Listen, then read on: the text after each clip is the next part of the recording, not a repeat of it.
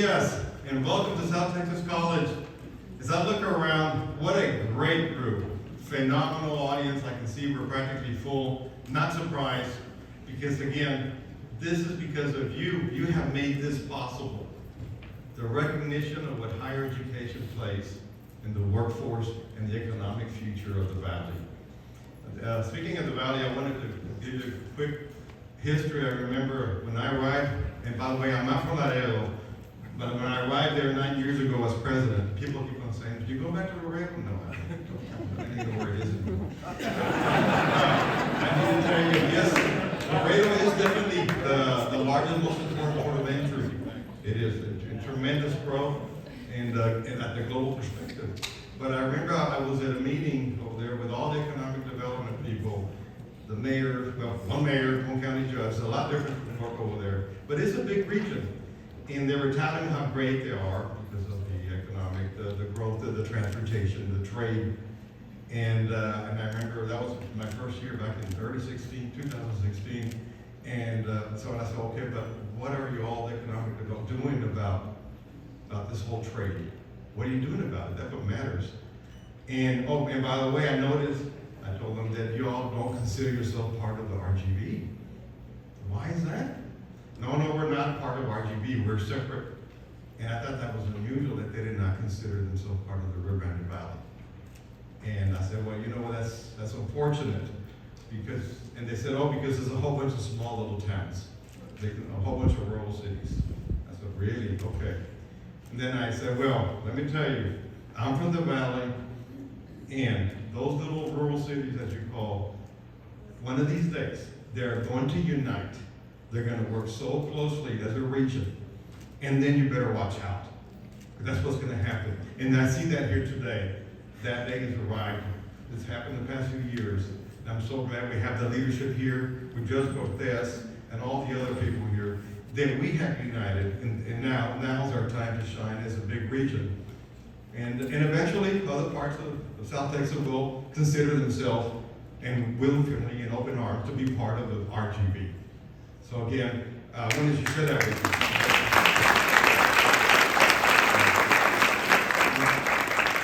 And first and second, I want to, of course, recognize my bosses, those that oversee the college, that have been here for many years.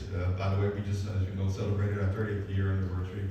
And well, today we're not here going to be talking too much about STC. It's all about education, higher education, and the role that we all play together with our partners from UTRGV and Texas A&M. We're very fortunate to have such large institutions to be here part of the entire RGV educational system.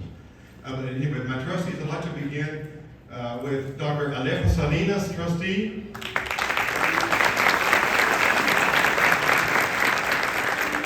Mr. Paul Rodriguez, trustee. Mr. Rene Wajado from the Mid-Valley area. And our newest trustee, I believe she's been here for a little over a year now, Ms. Dalina Gonzalez Actizar. And our chair, Rose Benavides from Starr County, will be here in a few minutes. So we are a large system covering all the way from Hidalgo to Starr. We're very excited how we're out making a big impact. And speaking of impact, I was going over, as you noticed, I don't read my speeches, I don't have speeches, but I keep my notes. And I found out my notes when we started this summit 3 years ago. This is our third summit. And I look at the themes, and it's amazing how we have evolved, but most importantly, how we are addressing the immediate needs, and how the things that we predict, that we built today, we are spot on of what's happening, what we're doing. Beginning, I remember, so I was looking at my notes, when we started this in early 22, we talked about the border, we talked about Mexico, and of course about regionalization, working together. I think we started as a good start, and I think obviously we have achieved most of that. And then in 23, I look at my notes, the theme that I developed to talk about, and all of us as well, was about this whole supply chain issue, the post-pandemic effects of economics, and of course the latest, then after that, the big buzzword, nearshoring. And Keith, of course, I know all the economic development people know about that. The nearshoring phenomenon. And then how Mexico was going to be the key of that. That was all a year ago, I don't know if you remember.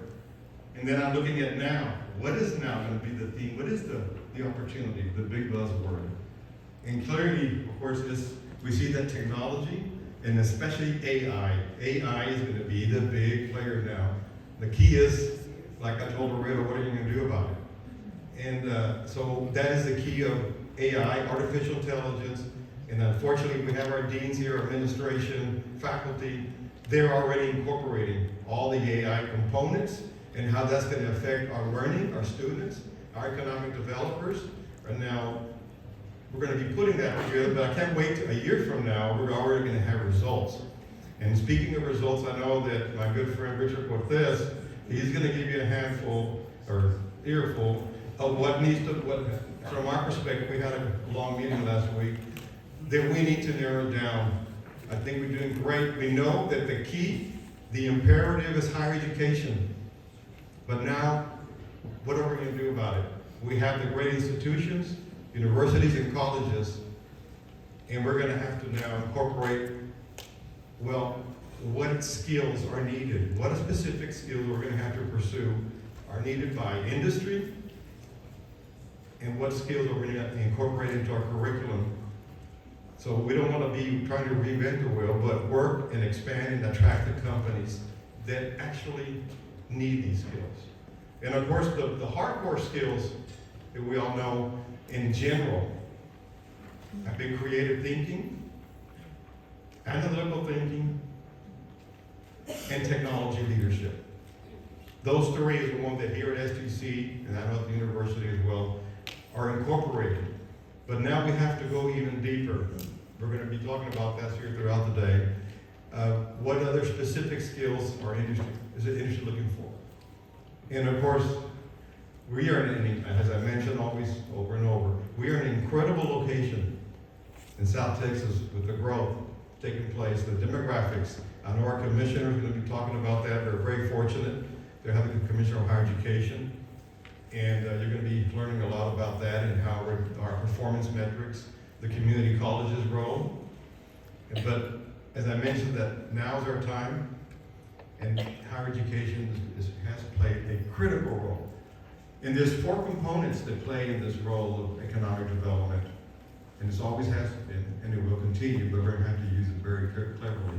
That's the government,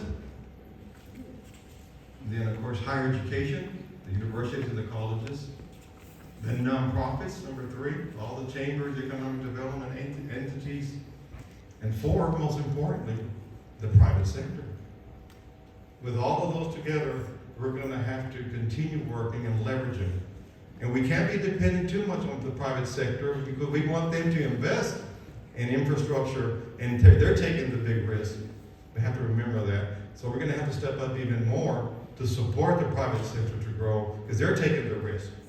So the government, the higher education entities, and all the nonprofits, we're going to have to really rally up in supporting the private sector so they can grow and they can hire and be able to benefit from word development. So with that said, I want to very quickly just highlight one more person here. Throughout the day, Bob, we're going to be recognizing people because I know there's so many here, mayors, and we have commissioners, and I'm so honored that you all attended here. Again, I know it's not about the college, it's about the importance of higher education. I know that's why you're here, the value that we bring. And speaking of higher education, I would like to mention that we have here the chair of the Texas Higher Education Coordinating Board, Dr. Fred Farias, and he's a recipient of the 2024 Molly Armstrong Leadership Award.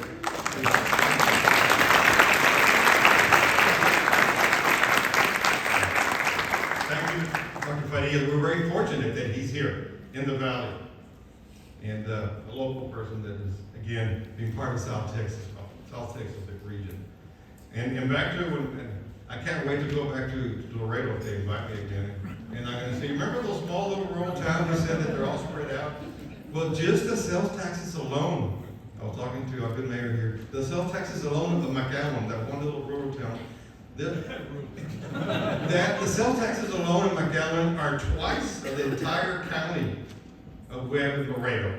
Just that one town, the sales taxes of McAllen. That gives you an idea of the size, the power. And man, of course, we have many other cities.